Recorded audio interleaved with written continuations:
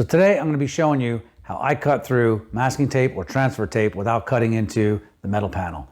It's a crucial technique to learn in airbrushing, especially if you're going to attempt somebody's motorcycle or their car. So before you go putting transfer tape on it and drawing out your pattern and cutting into it, you don't want to cut into their paint. So that's what this video is about.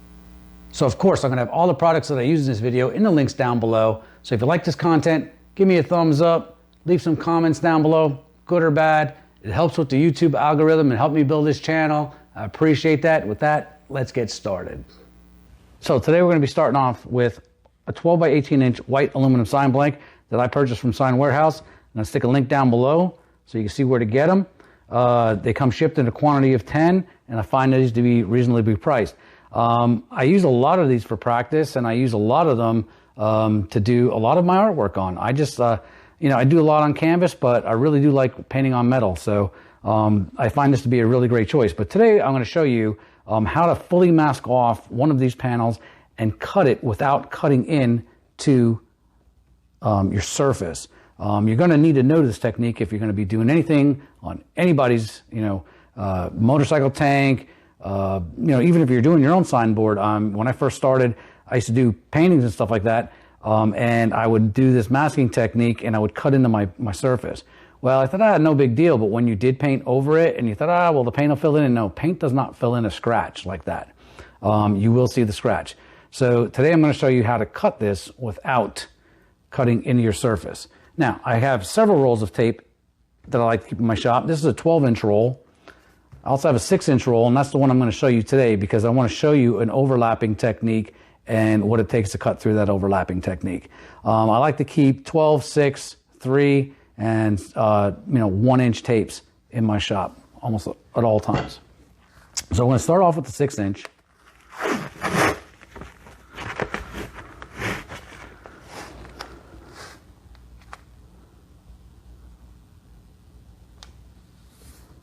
Let's lay my 6-inch down here.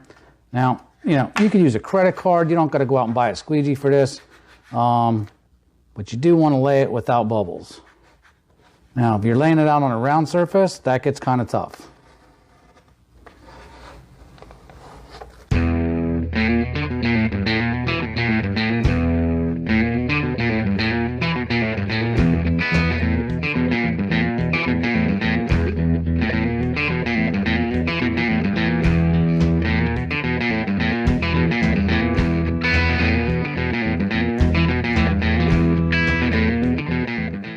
All right, now I just did that quick. I just want to lay that out. You don't want to lay it out as flat as you can. Like I said, when you're doing a round surface, it gets a little bit more difficult. So you could get some wrinkles. But the wrinkles, cutting through the wrinkle in a piece of tape is going to be the same as cutting through this seam. So as you can see, what I did here was I overlapped this just about 1/8 of an inch because you don't want to try to butt your tape because if you do, if you could be the slightest bit off, that paint when you're spraying is going to get in between that crack and it's going to create a line. So you want to make sure you overlap your tape. Now, one of the very, very most important things about this whole operation is you want to make sure that this blade is brand new and sharp, and you're going to want to change it quite often. You're only going to want to use the very, very tip of that blade, okay? And they do dull rather fast. You can get a little bit out of it, but so what I like to do is I literally like to buy these by the box, okay? There's 100 blades in here. It's a number 7. Knife blade. Again, I'll pop a link down below. You don't want to carry like 4 or 5 of these things, at the craft store that you get in a little packet and keep them in your shop. You want to keep them by the box, especially when you do a lot of tape cutting. So next thing you want to do, so what we're going to do here is, again, we're not doing any kind of artwork here today. I'm just showing you what it takes to try to cut something like this, cut through the tape but not your surface. So what I'm going to do is I'm just going to lay out. I'm just actually going to draw a random pattern here, just so we have some curves, okay? Now, what you're going to do is you're going to use the tip of this blade, and like I said, just the tip, and you don't pick the tip up off, or you try not to pick the tip up off anytime, because when you stop and start, it's very difficult to get back to where you exactly stopped. You can do it with practice, but the best thing to do is to try to just rotate the blade in your fingers, leave the tip down, and rotate the blade in your fingers as you're cutting around. So now, as far as the pressure goes, you're going to want to hold this in your hands very light. I don't hold it tight and push down. You want almost the weight of your blade itself, or your holder, to do most of the cutting. You're going to apply very light pressure. I like to hold it loose in my fingers and rotate the head, or rotate the blade around as I'm going around my curves, but very light pressure. The whole trick to this is to try to cut through the tape and not through onto your painted surface.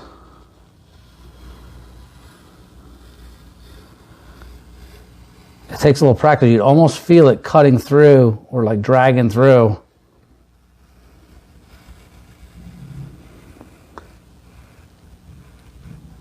Now I'm going to cut right over the seam for now with the same pressure.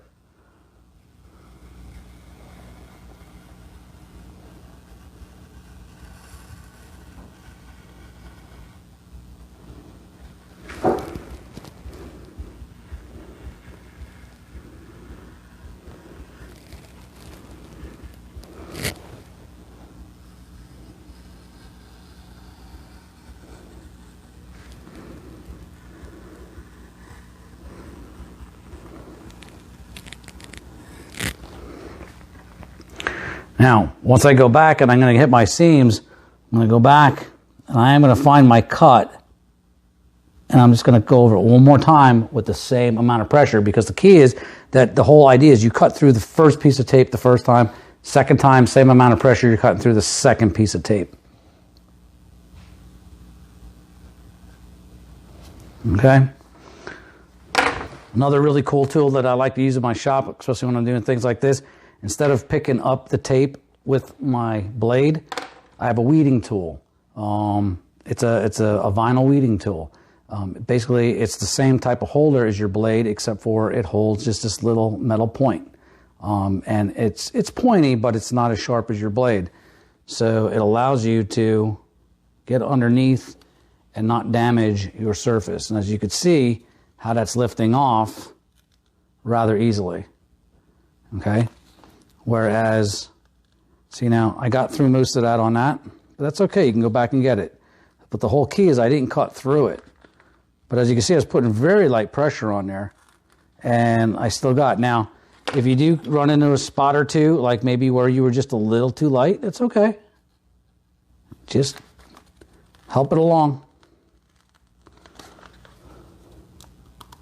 So you can see the glue, you know, where it just barely got through, but that's what you're looking for.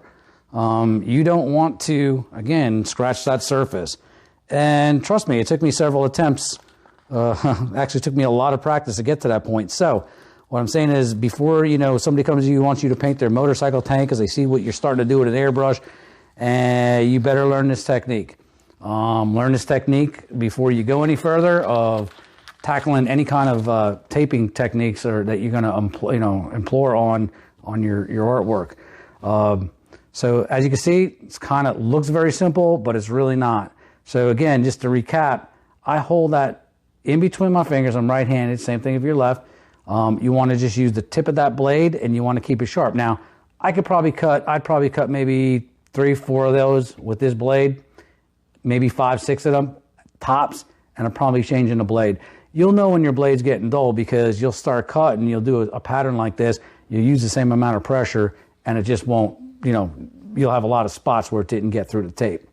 So just to show you a little bit further, if I was to scratch the surface on this, you would see an indentation around, you'd see scratches going around where I cut.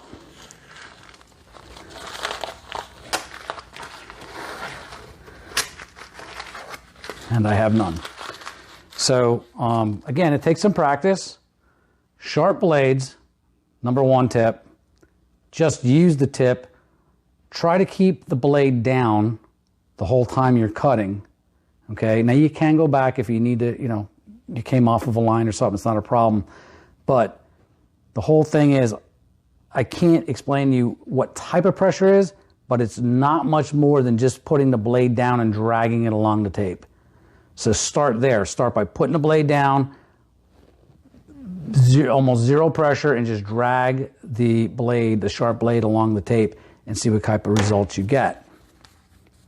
All right, so I just laid down another piece of tape just because I want to show you one more time of what it takes for that pressure. Again, I'm holding it very loose.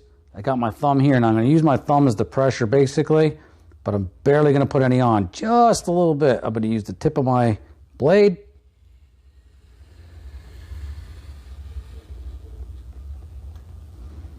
Let's see what we got.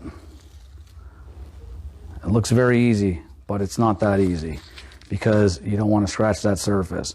So again, you could almost feel and hear it after you do it a couple times of how that blade should feel when you're dragging across that tape. And again, a sharp blade is just so key.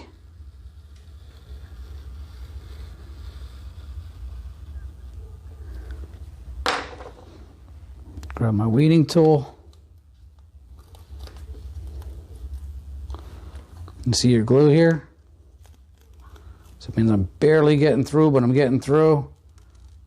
I'll use that weeding tool also as a little tool to get my glue to cooperate. But I actually like when I see that glue. I mean, I like to get through it a little bit more sometimes, so I don't have to deal with it, but you know, it does tell me I'm not going into the surface at that point because I'm just right at that glue. So there you have it. You're going to use this technique throughout your airbrushing career, so start practicing it before you actually want to paint on a piece of metal. You're going to need it.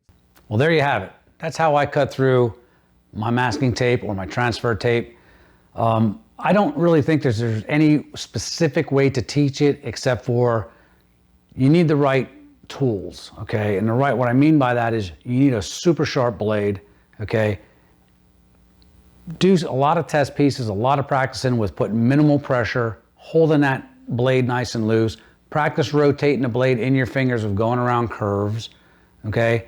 Get good with it because before you actually, you know, tape off somebody's motorcycle tank or their car, once you cut into that paint, it's very difficult to fix.